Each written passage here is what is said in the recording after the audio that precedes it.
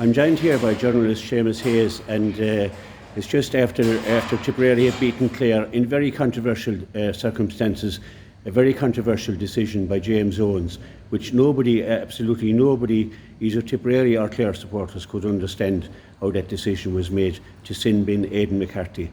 Seamus, what was your take on it? Yeah, it was a hugely controversial decision, Nicholas. A decision to change the flow of the game, because we had a magnificent game for the opening 35 minutes, and everybody in the stadium, the 3,000 spectators, were rightly expecting similar hurling in the second half, and that turned the whole game. It was inside the 20-metre line, but it was practically on the sideline. And how any referee could make a decision that a clear goal scoring opportunity had been prevented, I just at a loss to understand. And I think everybody in the stadium is at a loss to understand that. And I was quite amazed when I saw the yellow card and he pointing to the sideline to Aidan McCarthy. Go to the sin bin for 10 minutes and bring the ball in straight in front of the goal, bang, a goal. Clare were reeling, from that for the next 10 minutes. Tipperary dominated the next 10 minutes. And to add to Clare's woes, Tipperary got a free goal. The 5 minutes later, Seamus Cadlan's mishit ball just deceived goalkeeper Ever Quilligan, and suddenly Clare were 8 or 9 points down. From a position where there was a point up. When the half-time whistle sounded, so it was an amazing decision, and the GA will need to clear up this penalty rule. There have been a few controversial decisions already in the past week or two, and yesterday, and there's going to be more controversy unless it's made quite clear. In fairness, maybe they're a bit expecting too much from referees. You have to travel it into the field where the ball is travelling 90 or 100 yards when somebody strikes it, and to see everything that's happening. But how James Owens, an experienced match official who has refereed All Ireland finals, could have made that call, I'm totally at a loss to understand it. Yeah, there was no pressure on him. Nobody was expecting him to make a decision. At best, it was a yellow card. I wouldn't have said Aidan McCarthy is a left-handed hurler. He came in from that side, and it was scarcely. Cathal Barrett got a yellow card against Tony Kelly at the other end of the field, which didn't warrant a yellow card either, we'll have to say. But it was a similar situation, and yet Tony Kelly all he got was a free. But Aidan McCarthy sent to the sin bin. No referee can stand over that decision. I don't care how, it's not his first time being in controversy. He sent off Cathal Barrett in controversial decisions. He had another controversial decision last year. So he's not new to it, is what I'm saying. And a great game, as you rightly said, and both crowds getting involved in the game, and the crowd's back, and a man makes a decision like this and just destroys the game, as far as I'm concerned anyway. Yeah, it turned the game. If it was warranted, fair enough. If it was a clear goal scoring chance, you have to give the penalty, and if that turned the game.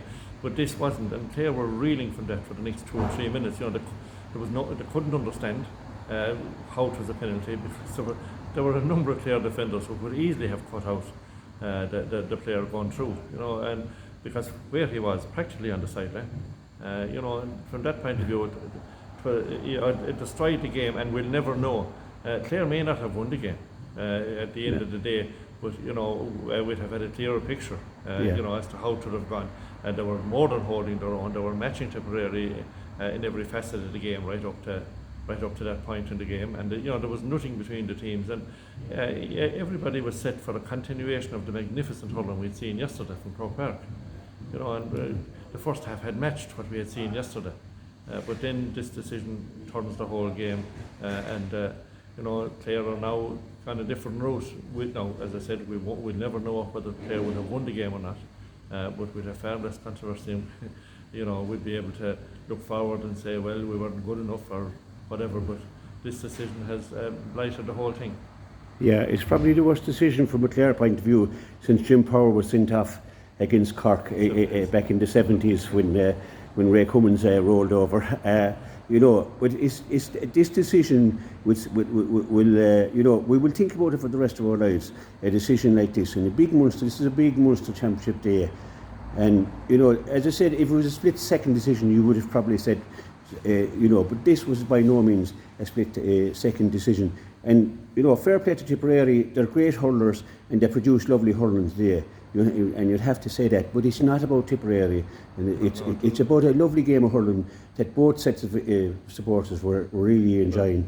And even if he had just awarded an ordinary 20-metre free, which everybody thought was what has been awarded, there was no guarantee that it would even have been converted. Such was the angle, which makes the decision to award the penalty all the more baffling.